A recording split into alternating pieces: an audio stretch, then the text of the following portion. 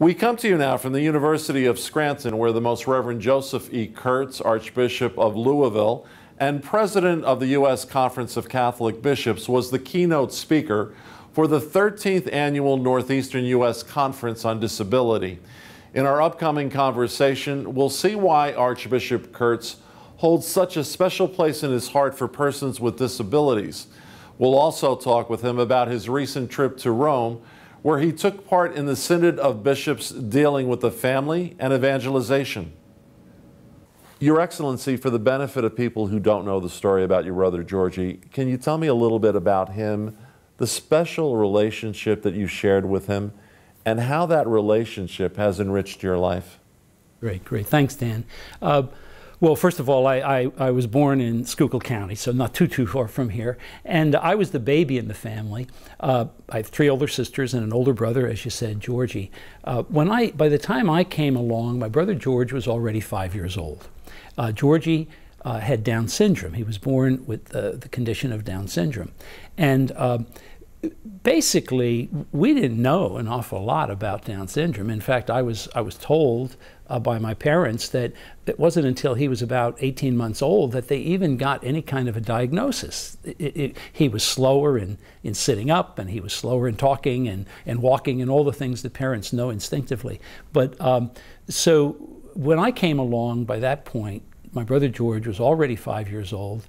My older sisters were already out of high school and getting married and living on their own. So for the most part of my life growing up, Dan, it was my mom and dad and my brother Georgie and me. And I ended up developing a very, very close relationship with George, probably because of my mom and dad. You know, they would always say if I was going out, "Now don't forget, let George come with you." And so it was kind of just a normal extension in my family. In fact, the reason I'm here today is my friend growing up, Ed Leahy, knew my brother George very, very well, and in fact we often would play ball together and so many other things. So I wasn't aware as I was going through life the effect that my brother George would have on me. I'll talk today in the talk about what I would call the art of mutual accompaniment.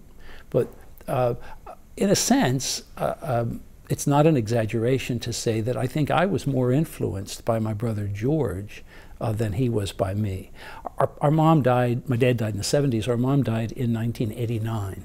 And at that time, I had already spoken to the bishop in Allentown, Bishop Welsh, about getting permission for me to be his legal guardian. So we had 12 blessed years in which Georgie and I lived in 2 different rectories in the Lehigh Valley.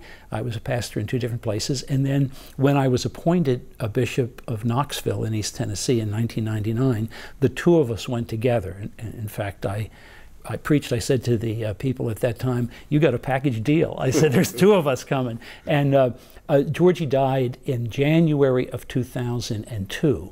And so I had great blessings of his presence in my life, and I guess I'll let you judge whether it was a good effect or not. Yeah. You have the opportunity to speak at today's conference on disability. What is the key message that you're hoping to get across? Well, there's a couple of messages. I mean, one is first of all that every one of us lives in a family in which there is disability. I'll talk about the old thing called TAB. People have not heard of that for a while, but TAB was temporarily able-bodied.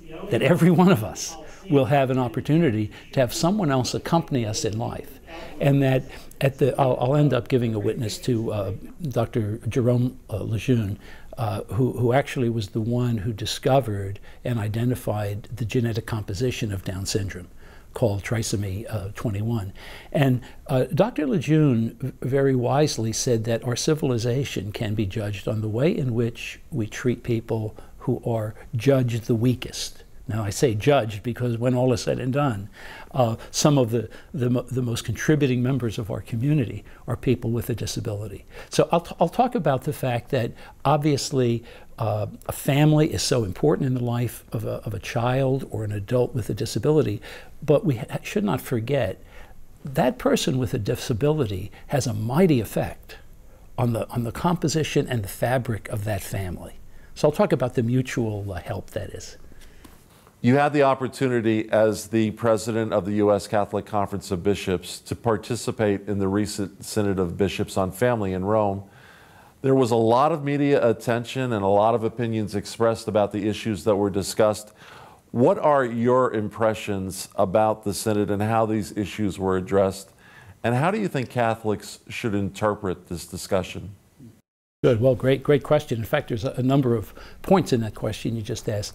The first thing is I would say, Dan, this is good for you to know in the media, love me, hate me, but don't ignore me. So I think the fact that there is media attention is actually a very good thing.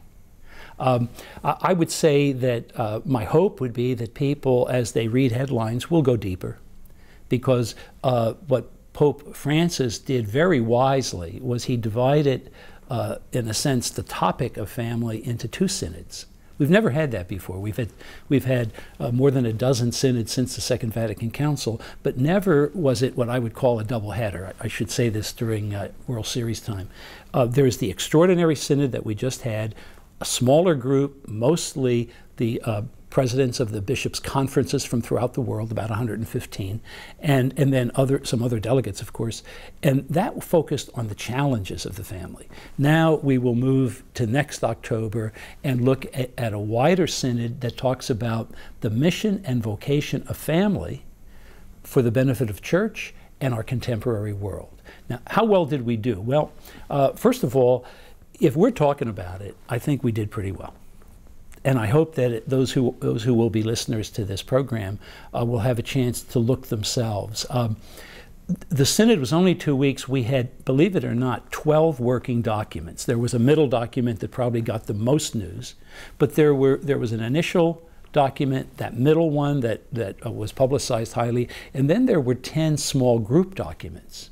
Now, all of that was the process, so that anybody who said, well, I want to put this under a microscope, really, they're all available. They should read all 12 of those documents. If they don't have time to do that, just read the final one, because that's the one that is called, will now be called the lineamenta, which in Latin just means threshold. It's the doorway to prepare us for the next synod. And we voted on each paragraph. I think it's a strong document. I went with the understanding that there were certain things I hoped I would bring home with me with regard to the Synod. And I think all three of my hopes are in that final document.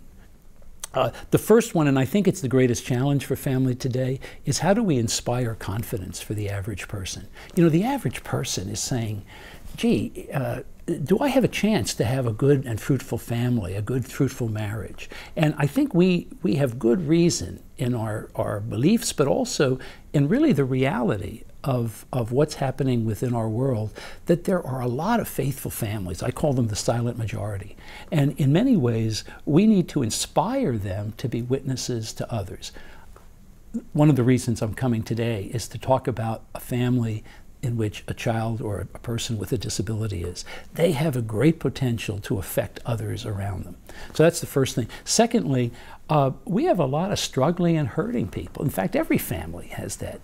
And we need to develop what we might call the fine art of accompaniment. What does it mean, Pope Francis said, to reach out, find a person where that person is, and walk them into the light of Christ?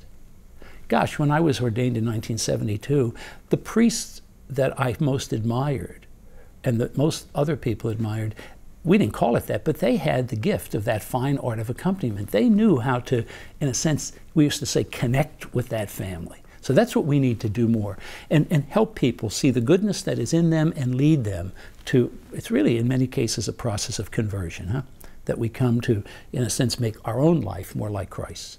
And then the third gift is just the beauty of the teachings of Christ, preserved through the church over the centuries and needing to be uncovered for us. There's a lot of people who've never really had a chance to understand the beauty of church teachings.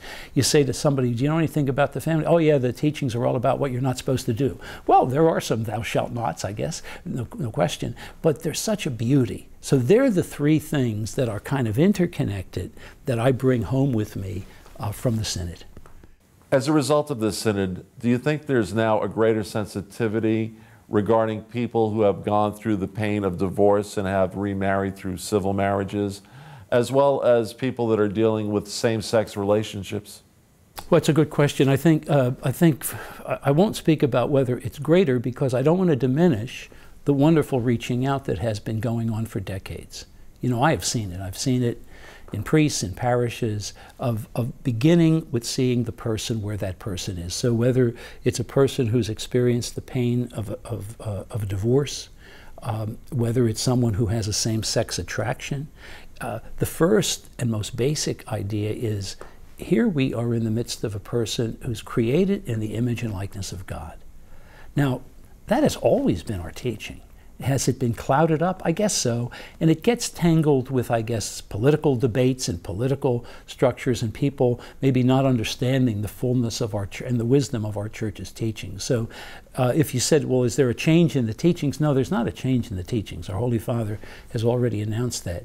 But the pastoral attitude of reaching out and being present with someone, especially someone who struggles, and quite frankly, calling people to witness to a chaste life, to witness to their own desire to follow Christ and be converted to Christ. We need a lot of witnesses out there. So I would say the pastoral tone is an opportunity for us to increase what we have done at our best in the church.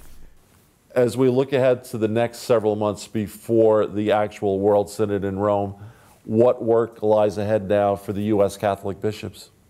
Well, you know what? For all of us, really, because when I'm in Louisville, people say, you know what the church should do? And they look. I said, the way you're looking at me, I think what you're saying is, you know what the Archbishop should do? So it's really a task for all of us, and that's the genius of what our Holy Father is saying. We now have a document. It's not a perfect document. No document is, but we want that document to be the starting point. So I say to people throughout the United States, within our church, and people of goodwill, receive that document. Let it be a starting point for further conversation. What I anticipate, Dan, is that we will receive the document, the Bishops' Conference will receive the document from the Synod Council in Rome, and we would then put it in the hands of each bishop. Each bishop then is responsible to determine what's the best way to seek consultation in his particular diocese, because he's the primary servant of the people in that diocese. Your Excellency, next fall is going to be a busy time. In addition to the World Synod, we also have the World Meeting of Families in Philadelphia. God willing, the Holy Father will be joining us for that. What are your hopes and expectations for this World Meeting of Families? You know, we have the World Meeting of Family probably every 4 years. Many people probably have not even heard of it. So, alleluia, it's in the United States. It's going to be in Philadelphia. I was at the one in Valencia twice removed, so about 8 years ago. The Meeting of Families does two things. First of all, it brings people together to pray, to study, and to worship together, to be able to become a deeper family committed, family of the church, committed to the family. In fact, one of the images that comes from the council, the synod that we just had, was that the parish is a family of families. I love that image. So we understand there's going to be live streaming, and so in Louisville, we're both looking at getting as many people to go to the World Meeting in Philadelphia next September, but also to find ways to convene people for the live streaming. So we have that. And of course, I had the privilege to meet with our Holy Father in early October, just a few weeks ago. And you won't be surprised, one of the topics is, come on, Holy Father, you're coming to Philadelphia. And of course, it won't formally be announced until probably January, February. But he certainly is intent on coming. He said it publicly in interviews. And we can't be prouder of the fact that, that he'll be coming to the United States for the first time, Dan. How do you view your role as the president of the U.S. Conference of Catholic Bishops? You know, when a bishop is elected to serve as the president, that is, first of all, a certain sense of confidence of the bishops that I have the ability to do this, and I'm grateful for that. It's an act of service. it's really an act in which it's my responsibility for these next 3 years to continue to bring together the bishops of the United States, a unity in charity and in truth. So in many ways, my work is to be of service to the local bishop, who of course is of service to the people of God within a particular diocese. So that'll be my work. But the conference gets involved, as you know, Dan, in vital issues, big issues that are part of public policy. I'll continue to try to exert a leadership in that way and keep the consultation, the listening, keep bringing people together. We're called to support the local bishops, so there'll be a lot of best practice types of things that we'll promote. And then it's our job, in union with our Holy Father, to be connected with other Episcopal conferences. So I was last February in the Philippines. I'll be in January in Haiti, June in Eastern Europe, and there's a lot of opportunities. The synods themselves, of course, are great opportunities to come together with bishops' conferences throughout the world. So we don't think too narrowly. I guess a good family always looks a little farther to their neighbor, and that's what we need to do as a bishops' conference. Your Excellency, when you look at the issues you're dealing with today, what would you say are probably the most important issues that U.S. Catholic bishops are dealing with? And how do you hope to address those issues? It's a great question, and it's always hard because there's so much complexity. And part of the role of the Bishops' Conference is really to continue to scan the horizon. So I don't want to give the impression that, well, this is it and this is the only thing we'll be looking at. I think the three areas that have been of great concern to the bishops, and I intend to give leadership in this, the first would be the whole area of what it means to witness to our faith. And there is a hunger of people to come to know God. There's tremendous competition with priorities. You know, we live in a secular age with so many things, and often people, despite themselves, put faith on the low rung. So how do we witness to the faith? How do we invite people? The Synod on the Family is a great avenue for that. Thank God people are talking about this. So we'll be looking for opportunities to do that witness to our faith.